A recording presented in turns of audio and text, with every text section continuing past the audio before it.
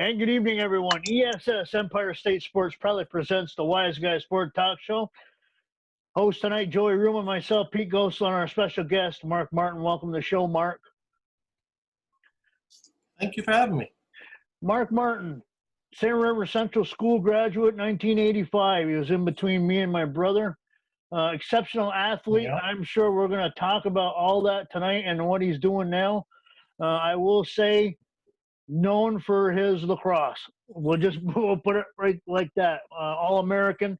But we'll let you dive into it, Mark. You tell us a little bit about yourself, and we'll feed off of you. Okay.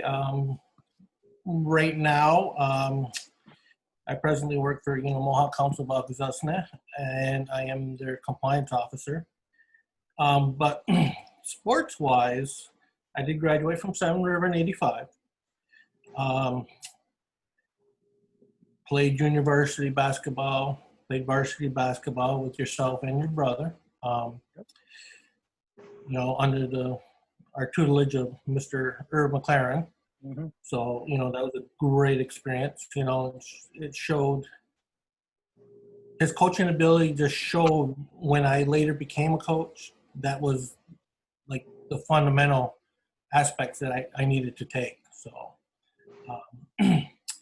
played lacrosse, 4 years, varsity. Started 3 years. I know I put on the resume 2 years, but I actually did start 3 years. Won, how many section? 2 section titles. I know we'll beat St. Lawrence Central. I think it was a 9-8 game, great game. And then the next year we competed against Messina for a section title. And that was also a close game. I think it was a 10-8 score. And that's, my gist. I also played soccer, played as a goalie when we first started soccer. Mm-hmm. I played with your brother Paul. And after that, decided to go to college. I went to Potsdam State for the fall. Found that, school was hard and electrical engineering wasn't for me. So I left Potsdam and later went to Canton. And while I was at Canton, I was able to obtain honors there also, JUCO all region. And although we weren't the Herkimers, like, Jim Barnes said before, you had him on the show, that we held our own. And we did fairly well. But after that, I later, right in 1985, I, joined the Iroquois Nationals as a player and a goalie, and traveled to numerous tournaments, such as the Syracuse Invitational. We went to Lake Placid Summit when it first started, when we had probably only 8 teams and a weekend of lacrosse. Now it's 3 weeks and almost, 500 teams. Yeah. It's one of the largest tournaments in, North America right now. Traveled 1988 for the Pan Am Games. It was an invitational exhibition. We did very, very well there. Santa Barbara, we went there for a good relations, goodwill game. Played the University of Santa Barbara there when they started their program. And also was selected to, in 1990, the Men's World Championships for Australia. In 94 also, I was selected to go to Manchester, England. And after that, I kind of said, that's enough. Family time, trying to grow up and enough of playing. But also during that period, I was a referee for Section 10. So in doing that, I began in 1988. It's almost I'm almost like a Mel Tomlin of lacrosse now, for crying out loud. 30 something years of refereeing. Um, and because of my unique situation, the Iroquois Nationals asked me to represent them as a referee in 1908,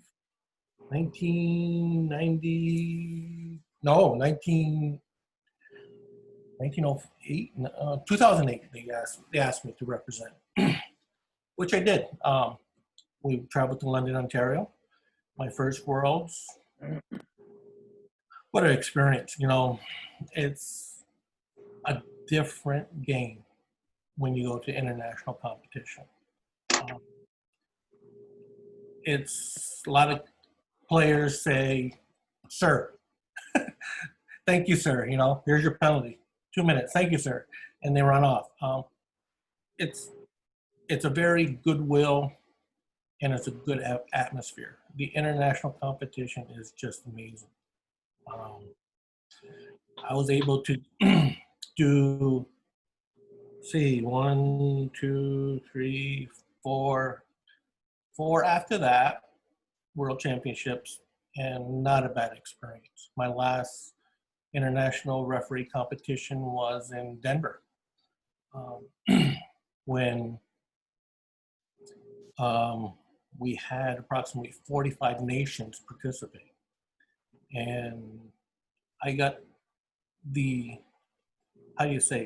old man referee kind of mentorship program. So where I would take the young referees and mentor them on the field, what to do, what to expect. And I loved it. Tom Sutton, who's a NCAA referee, stated, "Mark, I need you. We need you to mentor these young refs." And he knew, that was my last games.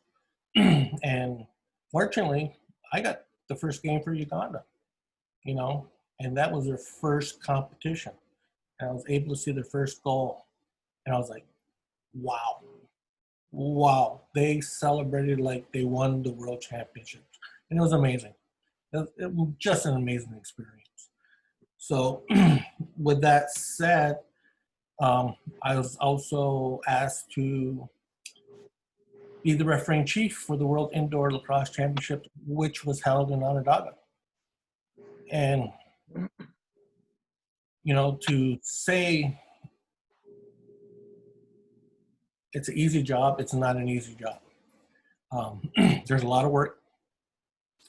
We make sure the referees are consistent in their calls. We make sure the scheduling is right. We make sure transportation to the games are there. We resolve disputes and so on and so forth. But to think refereeing is a simple job in international competition, it's not. You got to work. When we get to World Championships, you have a fitness test. You have a written test. And that determines where you ref. And, I was lucky. I was Blue Division, which was USA, Canada, Iroquois, Japan, and Australia.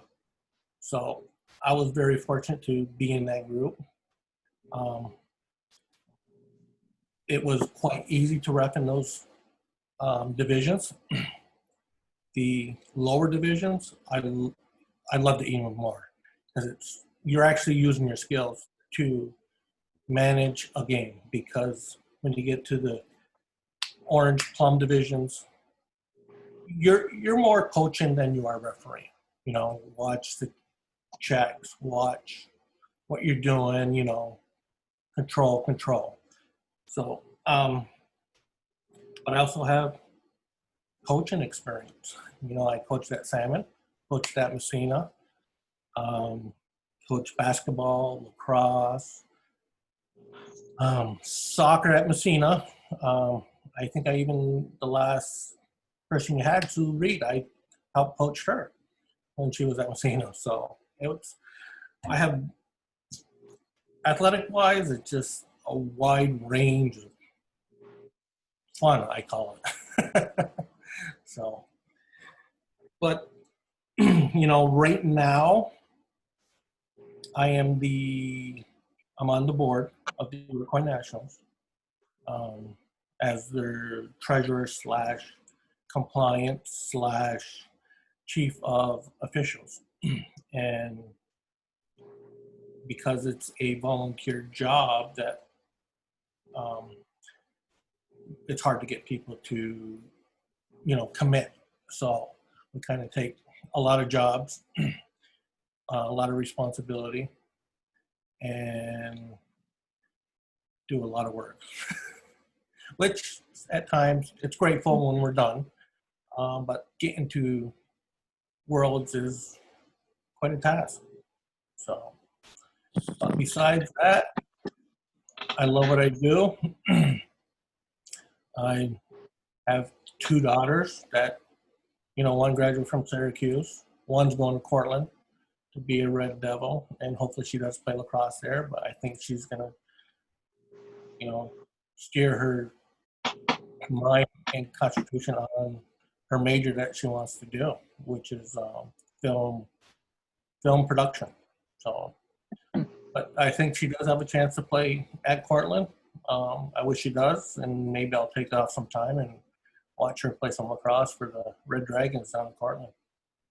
So seems to be a lot of connection with our show with Ithaca and Cortland and a lot of that area down there. Quite an extensive resume, Mark. I don't even know where to start. I guess we'll go to the world, your mentoring thing. You mentioned during the international, you had to take a test in order to basically see where you stand with rules and stuff like that, I assume. And you said that determines placement. Now, so a high score on that test determines what games you can pick on your schedule, or how does that work? Well, your test determines your knowledge of the game and your knowledge of the rules.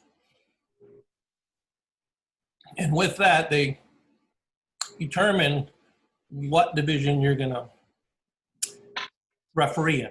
So everybody wants to be blue division because that's where USA is, Canada, Iroquois, England, Japan, and Australia. So everybody wants to do those games. I did them for 4 Worlds, and I wanted to challenge myself. And I said, I told them, the assigners, they assign your games. You take your tests. You take your physical fitness test also. So, but they determine where you place amongst the other referees in the world. So once you get that done, you get your assignments. It's almost like, every day, the night before you get you get a text. You're doing USA, Canada at 7. Be at the field at 6. And then you go from there. So it's pretty intense. You do 1 game per day, sometimes 2. If you do 2 games, you're usually the backup referee, meaning that you're on the sidelines in case one of the on-field refs get injured. You put your shirt on and you go in and ref. So scheduling, do you do the scheduling, or do they have a specific committee that does that? Yeah, they have a committee. Usually the referee in chief will, of the World Championships, will assign, the referees. They'll assign them in a way that there's no conflict of interest.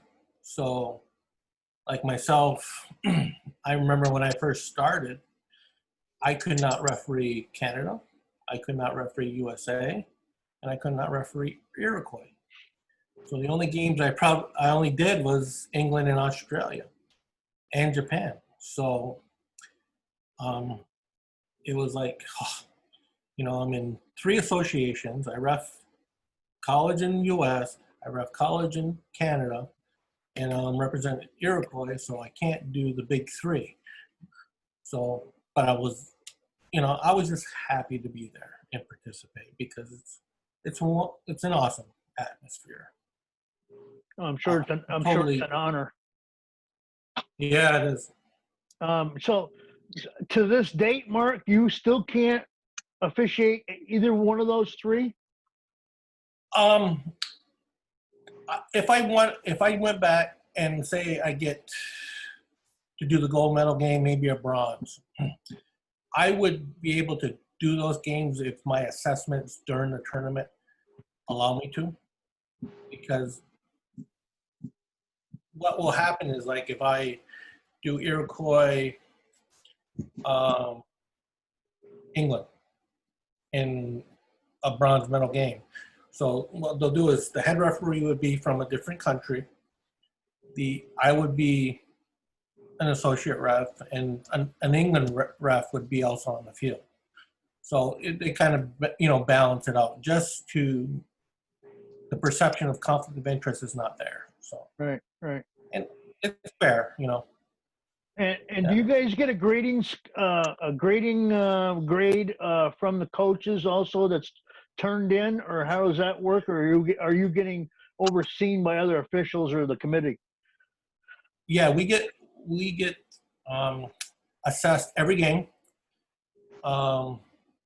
We have 3 assessors on every game, and they watch the referees on the field. And what would happen is you would do your game, and after, you would sit down for about an hour after the game, and the assessors would go over mechanics, technique, rules, interpretations. They would ask you, why'd you make this call at this time? And then you would explain. And, it's not really a right or wrong. It's just, okay, what'd you see on the field, Mark? I saw, the intent of the person tried to trip. He was beat, he tried to trip, and because our assessors are probably higher up in the stands, or they're on the field, and they sometimes don't see what we see when we're within 10 feet of the play. So, we just explain our calls sometimes. We sometimes are asked to do interpretations. What if you would have called this? What do you think would have happened? And then why did you call this here? You say, well, I think the game was getting out of hand. We kind of determined to, tighten up the belt loop, and, because as referees, we don't want injuries. So we're there kind of preventive, and, and then assess penalties. So they're not really critiquing. It's more like a teaching moment where they're trying to teach you, well, what if, and you have a different scenario. Yeah. Correct? Is basically what it is. Yeah, and to make you better, so you are eligible for those the bronze medal games and the gold medal games. So I felt that when I did the international game, it made me a better ref when I came home to Section 10 and doing the college, U.S. and Canadian colleges. So what? So it was, yeah. Where are you now as far as a senior official with Section 10? Are you one of the top dogs, or you just want to be one of the guys that just lays back and give me a game? I'm just one of the guys that, I just do the game. I usually struggle between coaching and reffing. I love coaching the game. I love coaching the kids. But also we have a shortage of referees. We sometimes have to cancel, modify the lower level games because I think we only have 13 refs. Oh. And yeah, so, once it gets busy, and especially with our great North Country springtime, we don't get on the field till after they come back from break in some instances. And, you know, St. Lawrence used to be a big issue. Salmon used to be a big issue because of the grass, but now St. Lawrence has a turf. So, and I know salmon, you know, when I coached and ref, they didn't play a game there till after they came back from their little March break or their break. So, and Well, they have an agreement, I believe, with Messina now, where they can go utilize their field if they have to, if I'm not mistaken. okay. Maybe I'm wrong on that, but Joey, it's you. This will be right up your alley with the officials. We see a shortage of officials in almost every sport now. Can you elaborate? I guess you see that more than anybody else. Well, yeah, we do. But the two that really stick out for the 5 years that I've gone on 6 of being an athletic director, the two that get brought up the most, and people laugh at me when I mention lacrosse as being one of the. We are very short on officials in lacrosse, and they're lacrosse is such a popular sport up here. Yeah, it is, but nobody seems to want to ref it. Now, my involvement with lacrosse over the last 5 years, where I've really started to be at games, watch games, I'm seeing the same 3-4 guys. I mean, poor old John Simons can barely get up and down the field anymore. Or Pete Bentz. I mean, these guys can't get up and down the field. Still officiating? John is still officiating? Yes. I think, yeah. Oh my goodness. Yeah. And you see John coming, you're praying for the three-man official game, I'm sure, because he's just not covering a lot of territory anymore. It's not on him. It's just age is catching up to some of these guys. So, football and lacrosse are the two big ones where we need a new influx of younger officials. The bigger sports, and when I say the bigger sports, the sports with more teams, basketball, soccer, softball, baseball, they're okay. And they're also sports that can get away with, softball modified game, you can toss one person out there if you had to. But lacrosse and football, you want the right amount of people reffing those games, and we're short. We're short on those two sports especially. Yeah, we are definitely short. Even now, when I started reffing, we could get away with 2 referees comfortably. Now the kids are faster, and the game has sped up so much since I played that it's almost health and safety wise that a 3-man system on every game should be installed, but we just don't have the numbers to do that, and it's crazy, but I fear if we don't get more refs, we're going to lose something. You know what I mean? John's not getting any younger. Benz is not getting any younger. I'm in my 32nd year as a referee. I was going to say, Mark, we're all pretty much the same age. We're over 50, so sooner or later the joint's going to start giving out a little bit. Yeah, and last year I took time off because my daughter played. I wanted to see every game because my daughter, you want to see, watch them play. And I told our assigner, I was like, if I have my daughter's playing, and if you really need me, get me to a game that's close by so I can ref and then shoot on over.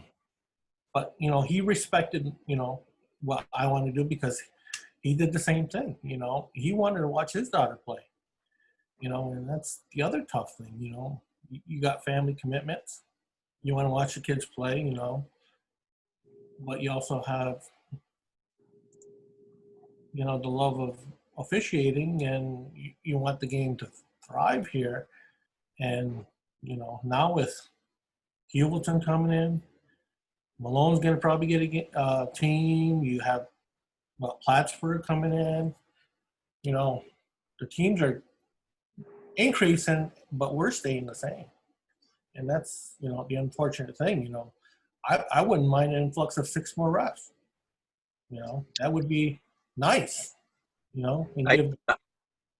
I know if we would have had a season this year, one of the things that I was prepared to do, because Chris Rose is not only our coach, but he's the section coordinator for lacrosse, was that we were gonna try to have more. We rarely did this, obviously, for the reason being that without lights, it was hard to play a modified and varsity game back to back. But we were going to start looking at that option so that we could have 2 guys show up and do 2 games back to back, which is a big ask, but it was going to be one of the few ways that we could think of to cover the games. That's how shorthanded we are. Yeah. I wouldn't mind even do a 3-man. If you get 2 in those, and then you add another 3rd ref to come in and later help, then you all split the fees, but, that's beyond our control. That's, contracts, I believe, so, but, I would love it. I mean, do a modified and then do a varsity game thereafter and, have a little 20-minute break in between, let the varsity team warm up and then do a 3-man system after that. And, 3-man's much easier. You can cover more with less. So, and, as a referee, you want to be there. If you're going to call it, you better be there. And if with the 2-man system, I find many times that due to my experience, I was able to call it, but I would prefer to be closer in making the call. But, we sometimes have to cheat. And when we cheat, we sometimes miss something on the backside of the play. And, that's really unfair for the coaches that put all the time and effort into, getting these kids prepared for games. So, but that's something we have to look at in the future, Either get the younger refs and go from there. They've been talking for years, the basketball program, trying to get 3-man squads. And some areas do it because they have abundance of officials. Most places don't. But I'm kind of taken back that with all the young lacrosse players that we have in the area, that nobody could step up and do an officiating. I'm just kind of wondering where all the youth guys are. That probably, because that's how we started. I mean, I umpired and refereed in my younger days, and then moved on. So it just seems to me they could do both if they were willing. Yeah, exactly. But I know you love to play the game. Right. Why do you want to be, why do you want to be on the other side with the whistle and the flag in your hand and getting yelled at saying, why'd you call that? You got to really have thick skin. I'm only doing it because I remember when I was a modified coach at Salmon, and I said, we need some good referees for lacrosse to get the game to improve. So I left coaching and, started refereeing, and, I just picked up from there. I found my knack and I just went with it. Me knowing the game. When I did my first Worlds, I was sitting down with Matty Palin, a goalie at Syracuse, because he refereed there. And he sat there and said, you know what? The best referees are goalies. And I said, why? He goes, we see everything. We're sitting back, we're watching the play, and you see everything. And I said, boy, that's a good point. We kind of do. We see the play going away, you see the play coming at you, and you kind of see the whole field. And you're not running, you're just in your crease and in your bubble and watching, things transpire. And you notice those things, and then you incorporate that into officiating. You kind of see, all right, I think a foul's coming. I think I better get my whistle ready and, get that flag ready to fly. And, 9 times out of 10, it's true, but, that was a great point. And I was like, wow. And now look at Matty, he's doing professional, he's, D1 official, and he does like online clinics, for mental officiating, and and he's good at it. So, few questions, Mark. One's going to be a kind of a loaded one, and I probably don't know the answer. But you played, you coached, and you officiate. If you had a chance to just pick one, what would it be? Would it be where you're at now? Because you used to you love playing, but Yeah. at some point, you got to hang it up. Yeah.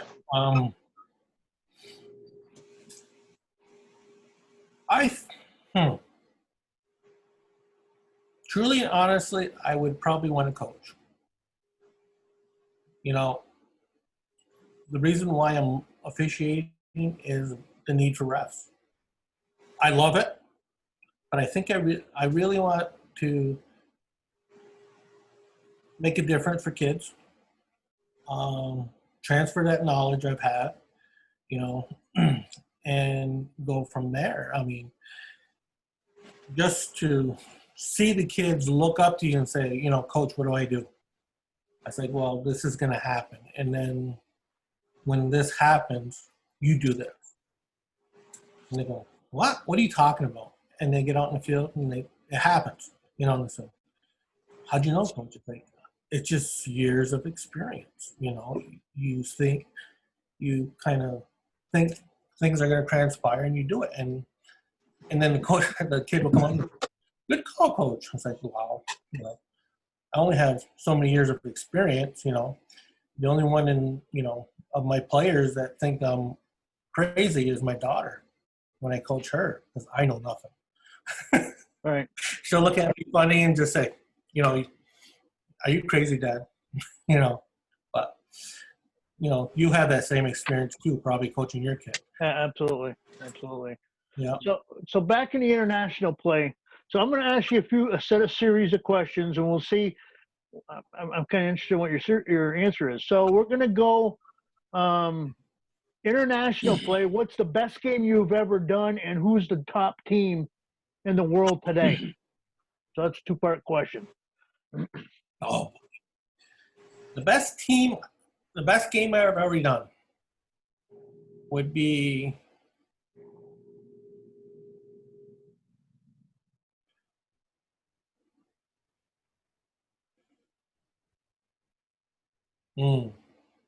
that's a hard one.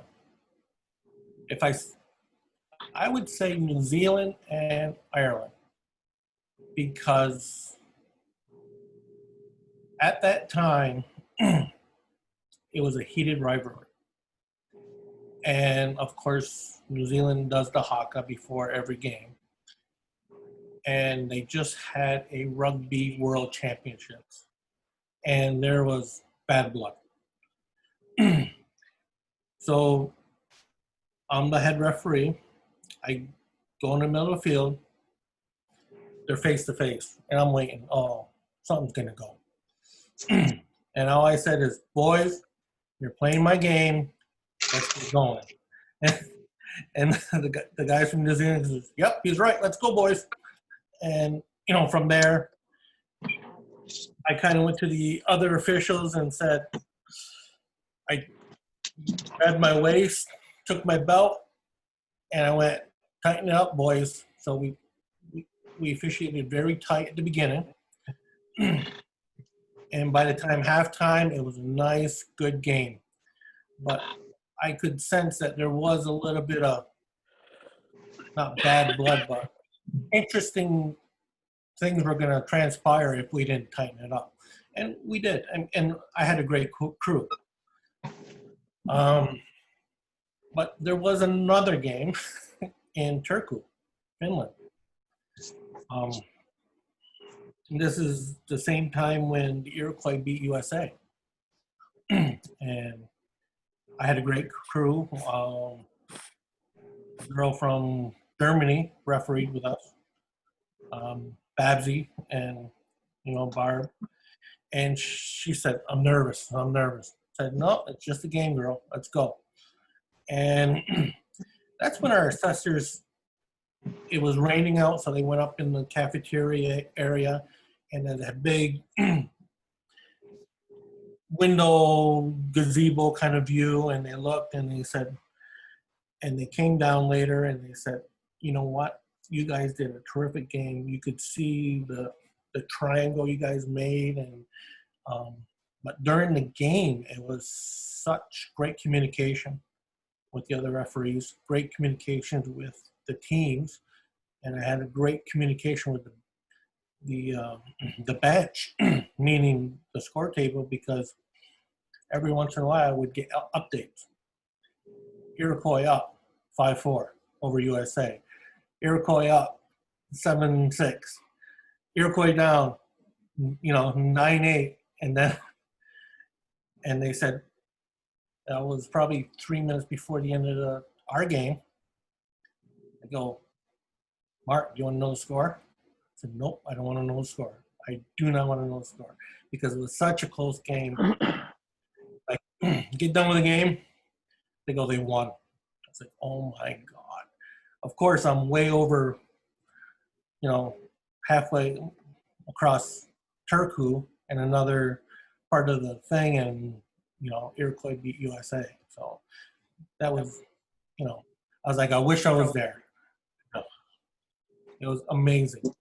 So who's the best team in the world right now, in your opinion? Best team. I mean, you can never put out USA.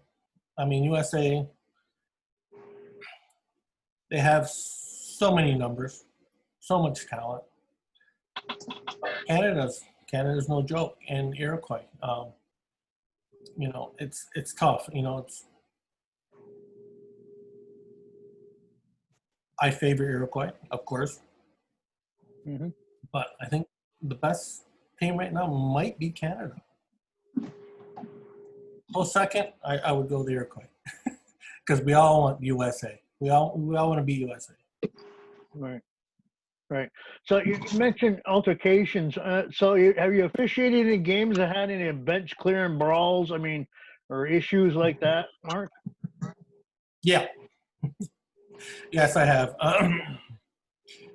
It was a championship game, Salmon St. Lawrence, and we had an issue, and I think it was 25 seconds left in the game. That wasn't up in Canton, was it? Yes, it was. And you were doing the game. I was broadcasting the game. Yep. And I'm the head referee, and I'm like, yep, I know. Like it was just. And I could see it. I could see it transpire, and I'm like, no. And we did everything in our control at the time. You throw flags. But the situation was that when the Salmon player held onto the ball, I think 3 or 4 flags through, and he kept on hanging on to the ball. And then push to shove and this and that, and all this crap happened, and I'm like, no, not with this much time left. You can't do that. So, we sat and stood there and said, what happened? Were any close fists transpired? And they said yes. And I said, are you sure? Because I know with the ruling that if that happens, then depending on the athletic director, you don't play in the States. So, and that was, I'm like, are you sure? And that's when I think Salmon lost Kasem. Yep. And I was like, no. And as I had ref, I had to make the call, and it was like, I asked the ref, I was like, are you sure?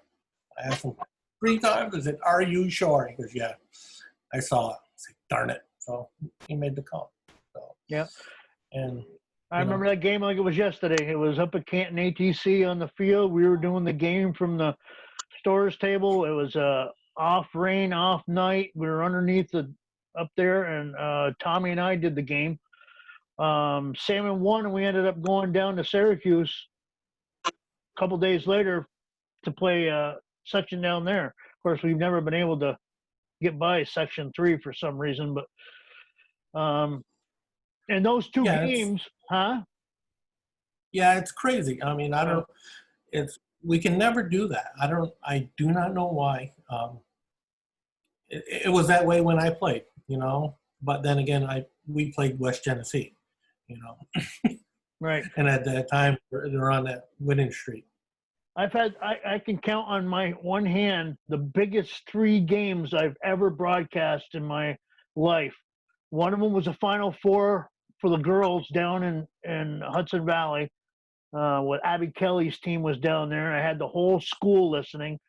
Kids would go from period to at the end of the period, they'd go to the next class. They'd have our game on in that classroom. Second biggest was that one, the Canton one, and the biggest one I ever did was the follow-up game after that when we went to Syracuse. I had 2,100 people listening to that game without casing. So it was, wow. it was, and we lost it at the end. Within the last 3-4 minutes, we lost that game. So that was another one. But yeah, I remember that game like it was yesterday, and I remember you guys having a long talk out there in the middle of the field, and there was a lot of people that weren't happy. Yeah, part of the game. But yeah, it's part of the game, and it's part of our job. We make, as you say, unpopular calls, but if it's the right call, it's the right call. That's what we got to do. Right. Yeah. So, what's next for Mark Martin?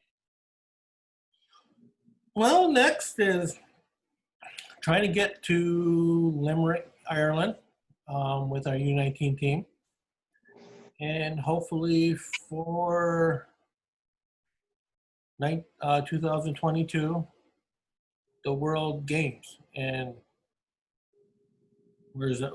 Birmingham, Alabama, or somewhere like that. But of course, that is, powers that be. At this time, we were not accepted as a participant in those games. So. And we talked about that prior to going on the show here, and it's just one of those things that has to be worked out eventually for the future. Yeah, we do have a lot of work to do. I think a lot of people have a lot of work to do to see this transpire.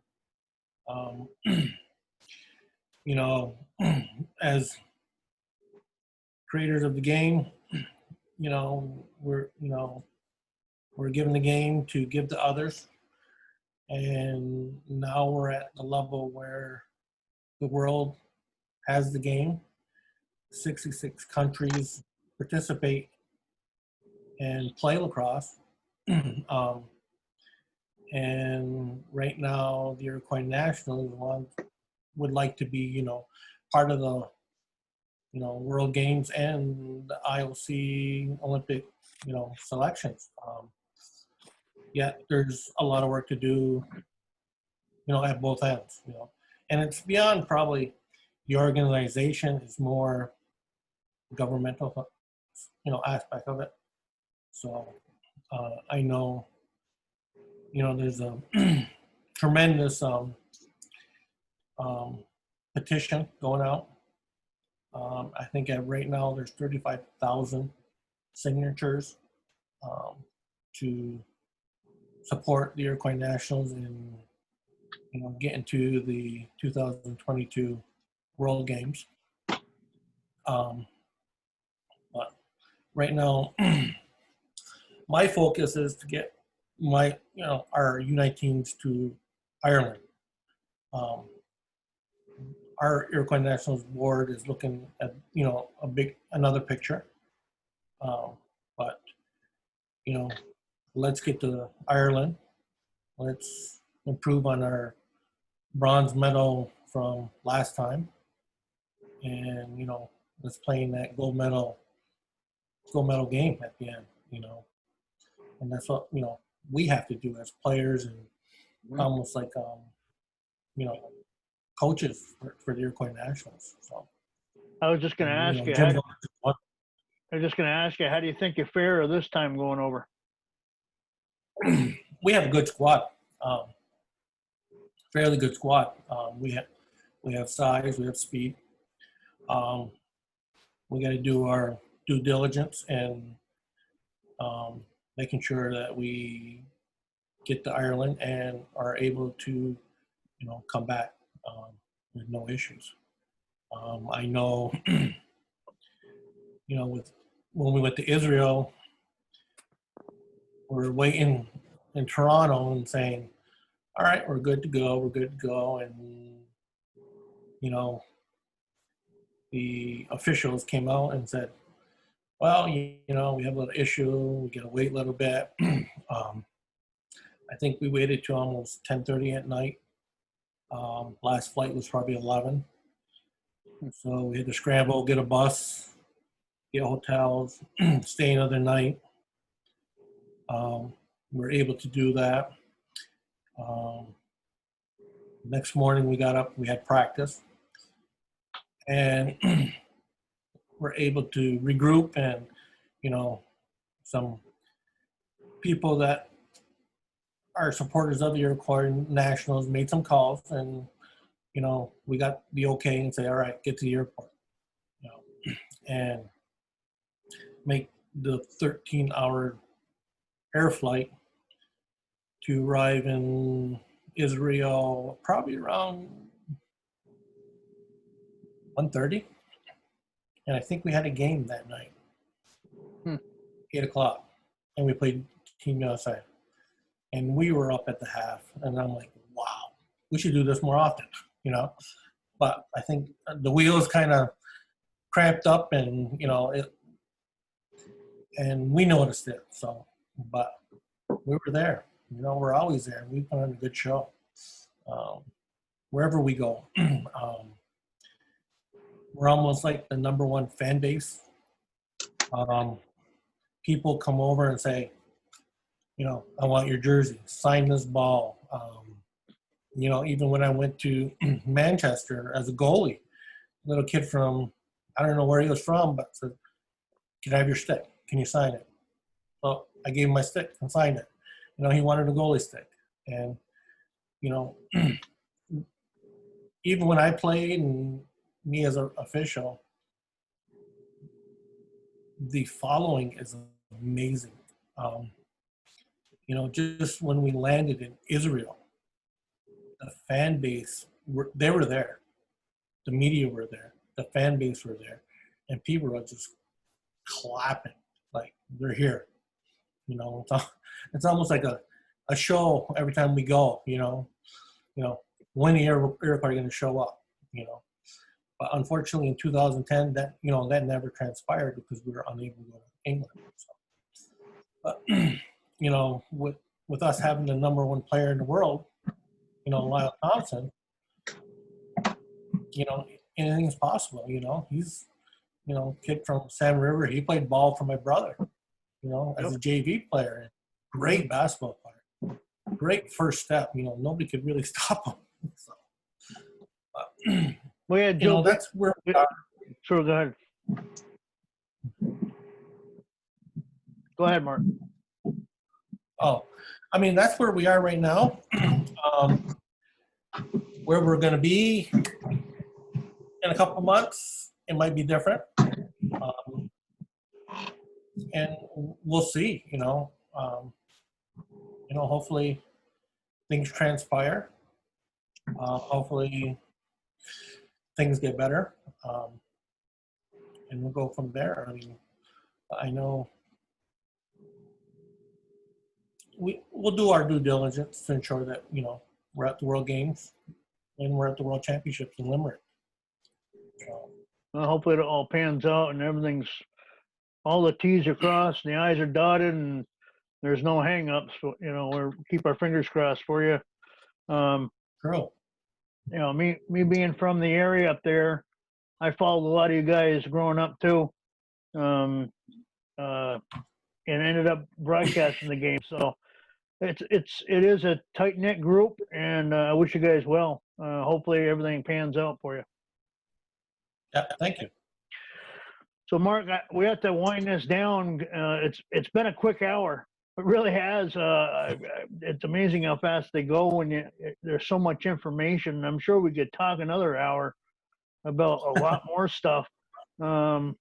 Just the stuff from our youth, we could probably pick up an hour of Oh stuff. boy, Yeah. That'd be 2 hours. Yeah. Hey, Mark, before we go, because there was one thing I wrote down. You're gonna have to be quick on this, but I'm just assuming on your resume you had written down that you were were you an assistant coach with Sanford T. Cook on the 1990 Messina basketball team? Was Sandy the coach? Yep. Sanford T was a coach. We had Matt Mountrust, Badger, Scott Griffin, and who was the other guy? Stickles, Rob Stickles. And yeah, I helped him. He says, I need help. I said, all right, I'll help. I was in college at the time, but helped them out, and, they won the whole dang thing. I was assistant with him and Timmy Courier. So that was a good crew. Really I'm good. wondering how many times Sandy had heart attacks during that season. 14. You got to tell him to sit down and be quiet. Jeez, relax. Yeah, that's kind of tough to do, but anyway, Mark, I want to thank you very much for coming on the show. I really appreciate it. Learned a lot from you. And Yeah. hopefully we'll have you on again after you guys win gold. Yeah, I hope so. Well, thank you very much for coming on. Yeah, thank you for having me. Yep. That's going to be it for tonight, everybody, here on ESS, Empire State Sports and the Wise Guys Sports Talk Show. Your host, Joey Rio, and myself, and our special guest, Mark Martin, saying good night, everybody, and stay safe.